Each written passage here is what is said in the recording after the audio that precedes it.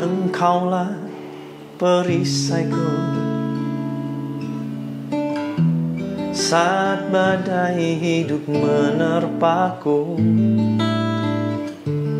Firman-Mu di dalamku, pulihkan jiwaku. Ku kan berdiri di tengah badai dengan kekuatan yang Kau berikan. Sampai kapanpun ku kan bertahan, karena Yesus selalu menopang. Ku kan bertahan di dalam tekanan dengan kekuatan yang Kau berikan. Sampai kapanpun tak tergoyahkan, karena Yesus selalu menopang hidupku. Oh, karena Yesus selalu menopang hidupku.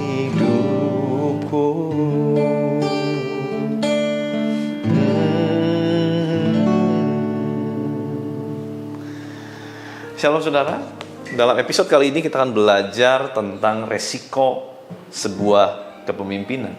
Resiko sebuah kepemimpinan. Sebuah quotes berkata seperti ini: menjadi pemimpin tidak dapat menyenangkan semua pihak. Kalau mau disukai semua orang, jadilah penjual es krim. Hal ini terjadi pada zaman Musa, saudara, yang kita akan bahas di Keluaran pasal 5 ayat 20-21.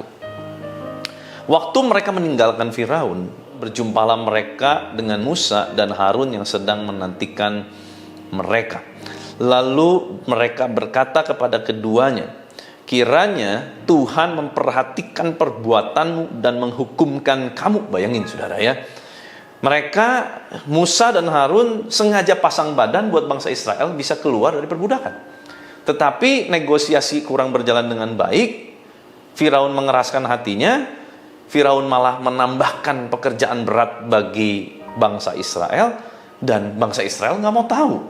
Yang bangsa Israel tahu pekerjaan nama berat, dia merasa yang dilakukan oleh pemimpin mereka yaitu Musa dan Harun itu semuanya tidak ada artinya, omong kosong begitu saudara ya. Lalu dikatakan, kiranya Tuhan memperhatikan perbuatanmu dan menghukumkan kamu, karena kamu telah membusukkan nama kami kepada Firaun dan hamba-hambanya, dan dengan demikian kamu telah memberikan pisau kepada mereka untuk membunuh kami. Nah saudara, dalam kehidupan ini selalu akan ada dua pihak. Ada orang yang selalu play safe.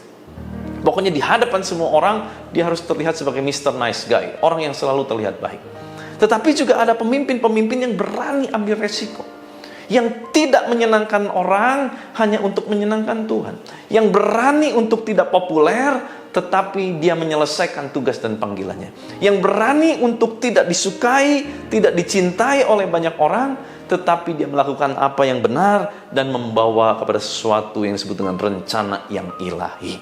Nah saudara, jadi pemimpin yang benar mau dimanapun kita berada, tidak seperti kita menjual es krim. Kalau kita menjual es krim, semua orang happy. Tidak ada seorang pun yang merasa dirugikan, kecuali ada penjual es krim lain yang ada di sebelah kita. Mungkin dia merasa kita adalah saingannya. Tetapi untuk anak-anak, untuk orang tua, siapa yang tidak suka es krim? Kita akan jadi orang yang sangat baik. Kenapa? Karena kita membuat sesuatu yang manis, yang menyenangkan semua orang. Tetapi menjadi seorang pemimpin tidak seperti membuat es krim atau menjual es krim.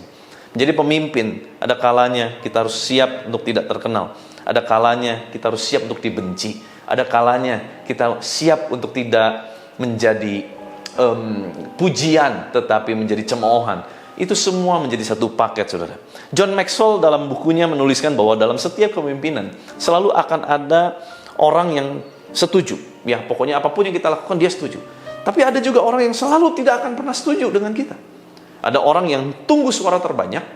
Ada orang yang menimbang lah. Kira-kira kalau berjalan baik, ya dia baru mau ikut. Itu selalu ada dalam kepemimpinan manapun. Saudara tidak perlu aneh, tidak perlu kaget. Di dunia kepemimpinan manapun, selalu kita akan menemukan ini. Sekalipun di dalam dunia kekristenan, selalu akan ada yang namanya seperti ini. Dan saudara, semakin tinggi sebuah bangunan, semakin besar, semakin luar biasa angin yang menimpanya. Semakin tinggi kepemimpinan seseorang, maka semakin besar pula anginnya akan menerpa pemimpin itu.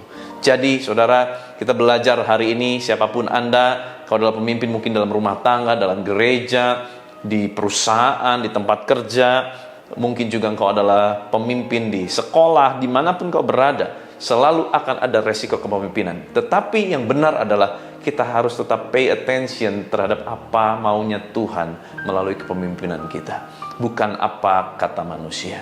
Kalau kita terjebak dengan hanya untuk menjadi pemimpin yang disukai banyak orang, kita mungkin sedang melukai hati Tuhan.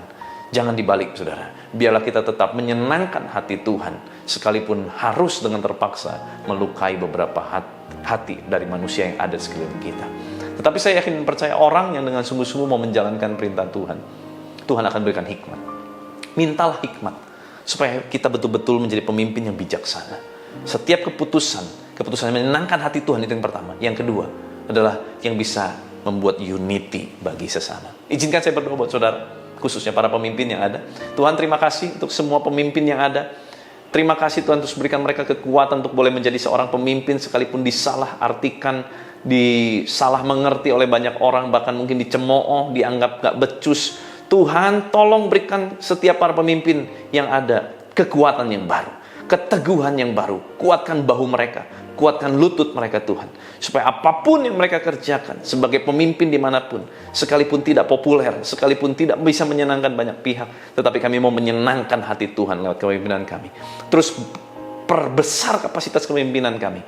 Tuhan, perluas kami dengan hikmat, dengan ide-ide yang ilahi, sehingga melalui mulut bir-bir kami, melalui tindakan kami, yang keluar adalah hal-hal yang menyenangkan hati Tuhan, dan hal-hal ini juga bisa membuat unity buat banyak orang. Terima kasih Bapak, berkati setiap hal yang akan kami kerjakan sepanjang hari ini.